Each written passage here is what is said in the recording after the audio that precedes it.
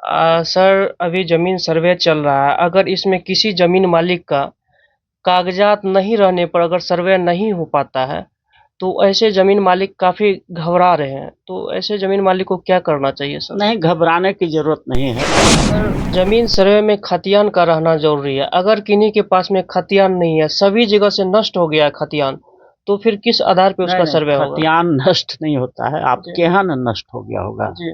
वो गवर्नमेंट के रिकॉर्ड में होगा, वहाँ भी बिहार सर नहीं सरकार। दिखा रहा, वहाँ पे नष्ट हो गया है ऐसा मतलब वो पटना में खोज चुके हैं, उसके साथ-साथ इससे पहले मुज़फ्फर यहाँ कहाँ दरभंगा में भी खोज चुके हैं, नहीं मिला वहाँ नहीं पे। तो उस वैसी स्थिति में मान लीजिए गवर्नमेंट के जो रिकॉर्ड रूम होता है, जी। लैंड का रिकॉर्ड जहाँ है, वहाँ अगर नष्ट हो गया है।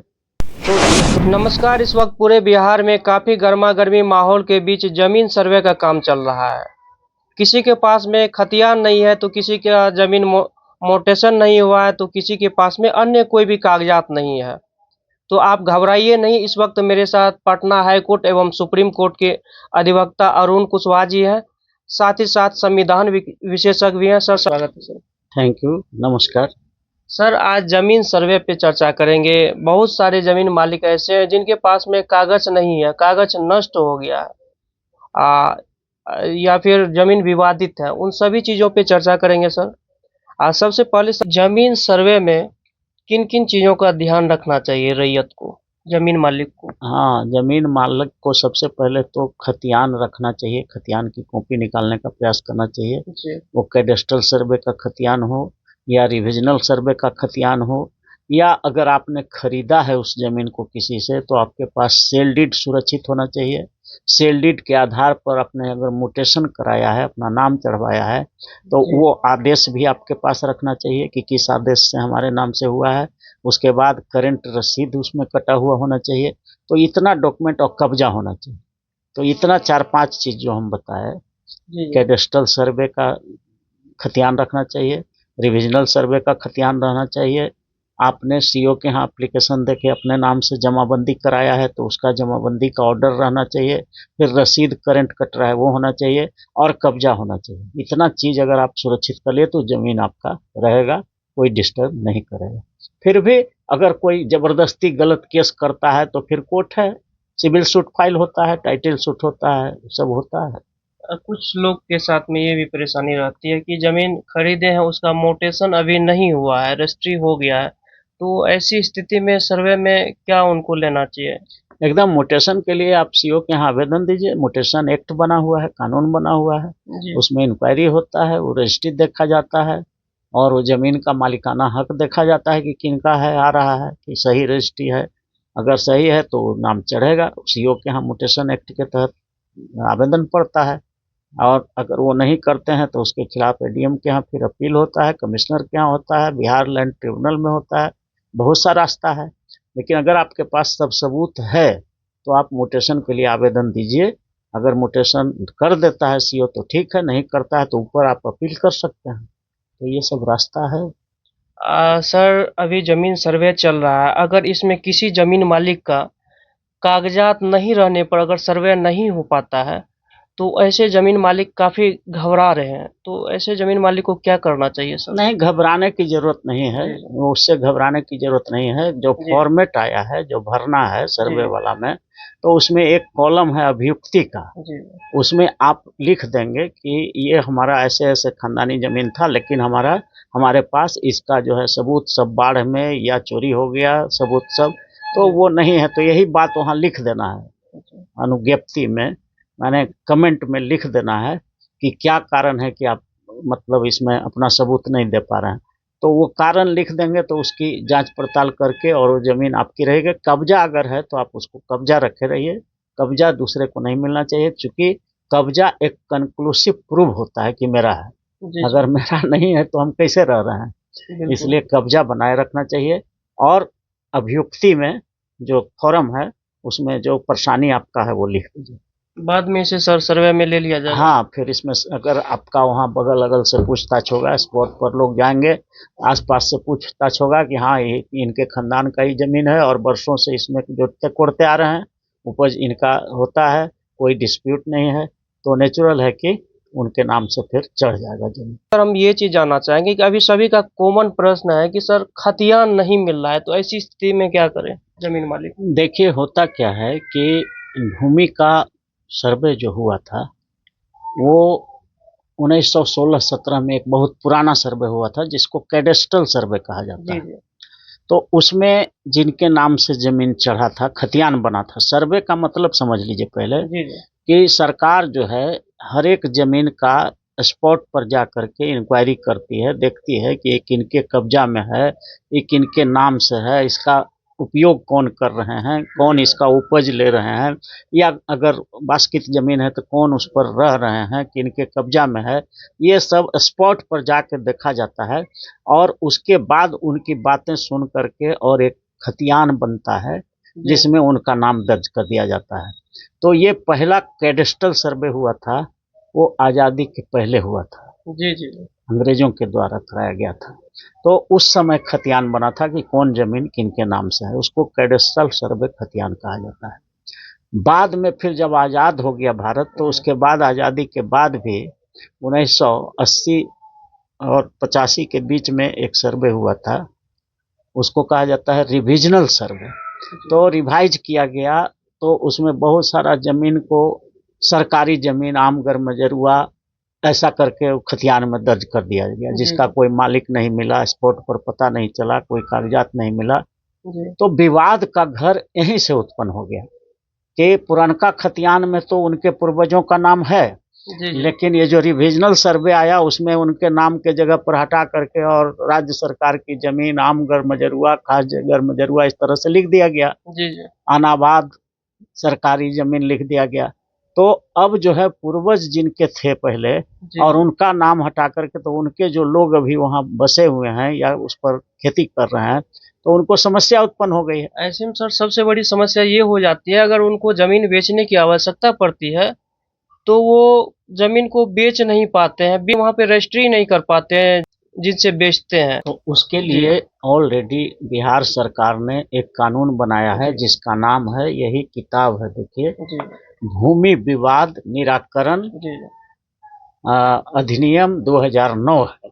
जी इसमें इसको अंग्रेजी में कहा जाता है the Bihar land dispute resolution act 2009। जी इसमें बहुत सारा प्रावधान किया गया है। इसका सेक्शन 4 है कि अगर कोई जमीन को सरकार अपना जमीन मान रही है और वो किसी के नाम से सेटलमेंट की है या किसी को दिया गया है या बहुत लंबे समय से उस पर वो रहते चला आ रहा है, जी उसके खानदानों का नाम था कैडेस्ट्रल सर्वे में या रिविजनल सर्वे में, तो अगर आपको कोई आपत्ति है कि आज हमारा नाम नहीं चढ़ाया जा रहा है या हमारा कब्जा है फिर भी हमारा जमीन रजिस्टर 2 में सीओ साहब नहीं चढ़ा रहे हैं, जी तो उसके लिए सेक्शन 4 में एक व्यवस्था किया गया है। The Bihar land dispute resolution act 2009 के सेक्शन 4 में व्यवस्था है कि आप इस तरह के सारे डिस्प्यूट को आप पहले डीसीएलआर के यहाँ एक आवेदन फाइल करिए, एक केस फाइल करिए कि भाई ये हमारा ऐसे ऐसे जमीन था और अभी तत्काल हमारे पास कोई कागज नहीं है, लेकिन खतियान में हमारे पूर्वजों का नाम था, उन आज हम उनके एंसेस्टर हमारे थे और आज हम उनके उत्तराधिकारी हैं, हमारे पास कागज नहीं खो गया है, नहीं है, तो हमको इसका शुरू से सर्वे करा करके और हमारा नाम चढ़ा दिया जाए। इसके लिए डीसीएलआर के यहाँ जी डिप्टी कलेक्टर लैंड रिफॉर्म्स, उप समाहर्ता भूमि सुधार, उनके यहाँ आवेदन देना होगा और डीसीएलआर को पावर दे दिया गया है कि बढ़िया से उसको जांच पड़ताल करके और जिनका जो असली मालिक हैं उनके पक्ष में वो सीओ को आदेश दें कि इनका जो है जमाबंदी ओपन कर दीजिए, इनके नाम से चढ़ा दीजिए। और जब जमाबंदी ओपन हो जाएगा, आपके नाम से रजिस्टर 2 में चढ़ जाएगा, तो आप उस जमीन के मालिक हो जाते हैं और आप उसको फिर बेच सकते हैं, खरीद सकते हैं। तो ये बहुत लंबा प्रक्रिया नहीं है। सर ऐसा हुआ है कि जैसे कि रैयत की अपनी जमीन है, निजी जमीन है, और निबंधन कार्यालय जाते हैं तो वहाँ पे रोक पंजी देखा जाता है, तो उसके बाद वहाँ से निबंधन कार्यालय से लेटर भेजा जाता है सीओ के पास में, फिर सीओ के द्वारा जो है सर लेटर को भेजा जाता है निबंधन कार्यालय, फिर वहाँ से भेजा जाता है एडीएम के पास में। एडीएम जो है प्रक्रिया उसको अनलॉक कर देते हैं। अनलॉक करने के बाद वो जमीन रजिस्ट्री हो जाता है और फिर पुनः सर जो है लॉक लगा दिया जाता है। जब सरकार एक बार उसको लॉक खोल दी, सरकार को सूचना मिल चुकी है कि ये जमीन सरकारी नहीं है, तो फिर दोबारा क्यों सर लॉक लगा दिया नहीं, जाता है? अगर है तो ये इलीगल वर्क हो रहा है, तब जी। तो पिक एंड चूज हो जाएगा। संविधान का आर्टिकल 14 कहता है equal protection of law and equality before law. तो once you have allowed to get the land registered, जी। Then you can't stop it जी। अगेन। एक ही जमीन जब आपने कह दिया कि नहीं ये क्लियर है, इनका टाइटल है, इसका रजिस्ट्री होगा, और उसी खाता का उसी प्लॉट का जमीन को फिर बाद में उसको लॉक कर रहे हैं, तो ये अवैध है और ये फंडामेंटल राइट का हनन है। जी। क्योंकि equality before law and equal बिल्कुल। प्रोटेक्शन ऑफ हर नागरिक के कानून के समक्ष बराबर अधिकार है। जी। आप एगो को करवा दिए रजिस्ट्री ओपन करके, दूसरा गया तो रुकवा दिए, तो इसके लिए ये फंडामेंटल राइट का उल्लंघन है। इसके लिए डायरेक्ट पटना हाई कोर्ट में या कंसर्न हाई कोर्ट में, दूसरे राज्य का मामला है तो आप डायरेक्ट हाई कोर्ट में रिट फाइल कर सकते हैं कि हमारे साथ संविधान के आर्टिकल 14 का वायोलेशन हो रहा है, इसलिए आप इंटरफेयर करिए और सीओ को डायरेक्शन दीजिए कि वो अनलॉक, एडीएम को डायरेक्शन दीजिए, सीओ को डायरेक्शन दीजिए कि अगर एक आदमी का अनलॉक किए हैं तो हमारा भी अनलॉक करके रजिस्ट्री कराने का अलाउ किया जाए।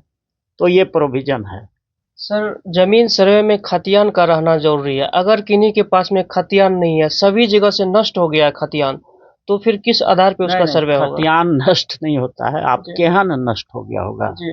वो गवर्नमेंट के रिकॉर्ड में होगा। वहाँ भी बिहार सर नहीं सरकार दिखा रहा, वहाँ पे नष्ट हो गया है ऐसा, मतलब वो पटना में खोज चुके हैं, उसके साथ साथ इससे पहले मुजफ्फर यहाँ का दरभंगा में भी खोज चुके हैं, नहीं मिला वहाँ नहीं, पे। तो उस वैसी स्थिति में मान लीजिए गवर्नमेंट के जो रिकॉर्ड रूम होता है, जी। लैंड का रिकॉर्ड जहाँ है, वहाँ अगर नष्ट हो गया है तो ये तो गवर्नमेंट का फॉल्ट है। जी। तो दूसरे के फॉल्ट के लिए दूसरे को तो सजा दिया नहीं जा सकता है। बिल्कुल नहीं। जो मर्डर करेगा उसी को न सजा होगा। जी। जी। जी। अब सरकार ने खो दिया है रिकॉर्ड को, या जी। रियूंड करवा दिया, फाड़ दिया, नाश हो गया, तो ये सरकार की जिम्मेदारी है कि वो एक एडवर्टीजमेंट निकाले जी। कि ये फलाना जमीन जो फलाना मौजा में है, जिसका चौहद्दी ये है, लंबाई चौड़ाई ये है, इसका कागज खो गया है सरकारी रिकॉर्ड में। तो जिन किसी भी व्यक्ति के पास अगर यहाँ का नक्शा और खतियान जी। का जी। कॉपी अगर है, तो उनसे आग्रह करे कि वो खतियान की कॉपी एक यहाँ उपलब्ध कराएं, और उसके बाद सरकार उसकी जांच पड़ताल करा करके वो खतियान फिर से नया बना करके वो रख सकती है। ये तो कॉमन प्रक्रिया है, सरकार को करना चाहिए। किसी न किसी के पास सबका तो नहीं न सर गया लेकिन होगा, सरकार के द्वारा जो हो लोग नहीं लिया रहा हो। है, तो दिक्कत तो किसान हाँ, को हो रहा है। ये गवर्नमेंट का नेग्लिजेंसी है और इसी वजह से डिस्प्यूट बढ़ रहा है। जी। सरकार अगर चाहे तो जो खतियान रियूंड हो गया है, स्पॉइल हो गया है, बर्बाद हो गया है, बाढ़ में, सुखाड़ में चोरी हो गई, फट गया, जी। जी। तो वो पब्लिक से एक निकलवा दे कि जिनके पास भी खतियान हो, बल्कि उनको कुछ इनाम देने का वो घोषणा कर दे कि जिनके पास नहीं, खतियान दिक्कत है। तो ये है कि सर वो नष्ट भी नहीं हुआ है, वो सब जगह से नष्ट हो चुका है ना। सरकार के पास में रिकॉर्ड है, क्योंकि वो दरभंगा भी गए हुए हैं, पटना भी आए हुए हैं, काफी मशक्कत करने के बाद भी नहीं मिल पा तो रहा ये उन्हें। आप कैसे जानते हैं कि समूचा बिहार का जो कोई भी नागरिक के पास नहीं होगा? आप चेक तो करिए, एक बार एडवर्टीजमेंट तो निकालिए कि अगर किन्हीं के पास फलाना जमीन का खतियान है, फलाना मौजा का, और अगर किन्हीं के पास है तो आप उसका एक कॉपी सरकार को उपलब्ध कराएं, उचित इनाम आपको दिया जाएगा। ये निकाल सकते हैं कि नहीं निकाल सकते हैं? तो जिसके पास, मान लीजिए 14 करोड़ पब्लिक है ना जी। बिहार में, जी। जी। तो किसी के पास हो सकता है और रखा हो, निकाल करके सुरक्षित रखा हो, तो वहां से मिल जाएगा आपको, और उसका फिर आप तैयार करके फिर उसको बना सकते हैं, रिकवर कर सकते हैं। ऐसा होता है हम लोग का हाई कोर्ट में, सुप्रीम कोर्ट में भी, या जी। जिला न्यायालय में भी। कोई रिकॉर्ड जल गया, बाढ़ में डूब गया, तो जी। पार्टी को कहा जाता है कि आपके पास अगर कॉपी है तो उसको रिसीव करा दीजिए, उसको हम लोग तजवीज करके और फिर उस पर सुनवाई होती है। तो ये तो मानवीय चीज न है। मान जी। लीजिए जी। प्रकृति के तहत जो है कहीं बर्बाद हो गया, तो उसका रिस्टोर करने का यही सब तरीका है। कहीं से सोर्स से मिल जाए तो उसको एक फिर ये जिंदा। तरीका है सर, और दूसरा तरीका सर? दूसरा, स्पॉट पर सर्वे कराइए, कौन आदमी वहां रह रहा है, किसका चौहद्दी है, किसका कब्जा है, गांव के लोग किसको बोलते हैं, उसके आधार पर आप फिर से बना सकते हैं, सर्वे तो कर सकते सर्वे हैं। में सर ये सब मानक का अभी पालन किया जा रहा है सर्वे कर्मचारी नहीं, के द्वारा? कानून तो है, जी ये सब मानक जितना भी स्टैंडर्ड बनाए गए हैं उस सबको जी। पालन किया जाना चाहिए। अगर नहीं किया जा रहा है तो पब्लिक स्वतंत्र है, उसका शिकायत डीसीएलआर के यहाँ कर सकते हैं, सीओ के यहाँ कर सकते हैं, एडीएम के यहाँ कर सकते हैं, हाई कोर्ट में भी अगर फंडामेंटल राइट का उल्लंघन है तो डायरेक्ट हाई कोर्ट में कर सकते हैं। किसी को अगर वो उसी आधार पर कर दे रहा है, किसी को नहीं कर रहा है, तो it is apparent violation of article 14 of the constitution of India. In such case, any party can file writ petition in the High Court directly also. Direct भी आप आ सकते हैं अगर कहीं फंडामेंटल राइट का उल्लंघन हो रहा है 14 डायरेक्ट का। सुप्रीम कोर्ट में भी अपना याचिका हाँ दायर हाँ कर एकदम सकते हैं। बिल्कुल। अगर मौलिक अधिकार जो है जी भारत के संविधान के आर्टिकल 12 से 35 पढ़ना चाहिए पब्लिक को, बिल्कुल। और उसमें जो अधिकार आपको दिए गए हैं उसमें साफ दिया गया है कि समानता अगर का। मौलिक अधिकार से कोई भी तरह की हाँ परेशानी हो रही तो आप डायरेक्ट तो सुप्रीम डायरेक्ट कोर्ट में अपना सुप्रीम कोर्ट याचिका में भी होता नहीं है। जी जी होता देखते हैं पीआईएल बहुत केसेस में होता है, जी कोई भी केस में अभी ईवीएम को हटाने के लिए डायरेक्ट सुप्रीम कोर्ट में हो रहा है। तो पब्लिक इंपॉर्टेंस का जो चीज है या जिसमें मौलिक अधिकार का हनन हो रहा है सरकार के द्वारा या किसी व्यक्ति के द्वारा, तो डायरेक्टली सुप्रीम कोर्ट और हाई कोर्ट में केस किया जा सकता है। अगला प्रश्न लेंगे सर। जमीन मालिक जमीन को जो आबाद कर रहे हैं और उस जमीन को उसके पूर्वज कभी बेचे ही नहीं है। अब दिक्कत ये है कि अभी जमीन मालिक के नाम से जमाबंदी नहीं दिख रहा है, लेकिन जमीन जोत आबाद कर रहे हैं। जब रसीद काटने जाते हैं तो रिकॉर्ड 2 में जमीन 0 दिख रहा है, तो इसके लिए क्या प्रक्रिया है सर? इसके लिए सबसे पहले जो कब्जा में हैं, जो उत्तराधिकारी हैं, जिनके पूर्वज का नाम खतियान में था, चाहे वो कैडेस्ट्रल सर्वे में था या रिविजनल सर्वे में था, या अगर गड़बड़ी कर दी गई गड़बड़ी रिविजनल में दूसरा नेचर लिख दिया, दूसरे का लिख दिया, तो उसको सुधार करवाने के लिए ही डीसीएलआर को आवेदन देने का प्रोविजन है सेक्शन 4 में। तो पब्लिक को थोड़ा कॉन्शियस होना पड़ेगा कानून के प्रति। आप डीसीएलआर के यहाँ आवेदन दीजिए, सीओ को भी दीजिए, कहिए कि भाई इस तरह का समस्या है, जमीन हमारा ही है, आप चल के स्पॉट इंक्वायरी कर लीजिए, और अगर कोई विरोध नहीं होता है तो हमारे नाम से फिर जमाबंदी ओपन कर दीजिए, रसीद काट दीजिए, हम कब्जा में हैं ही, तो वो जमीन उनकी हो जाएगी। इसमें कहाँ नहीं समझने वाली बात है, बहुत क्लियर सी बात है। बहुत क्लियर है। अभी सर के साथ जमीन सर्वे पे चर्चा की। अगर आपका कोई भी प्रश्न रह गया है तो आप कमेंट कर सकते हैं, सर से पुनः मिलने का प्रयास करेंगे। सर आपका बहुत बहुत धन्यवाद। Thank you very much.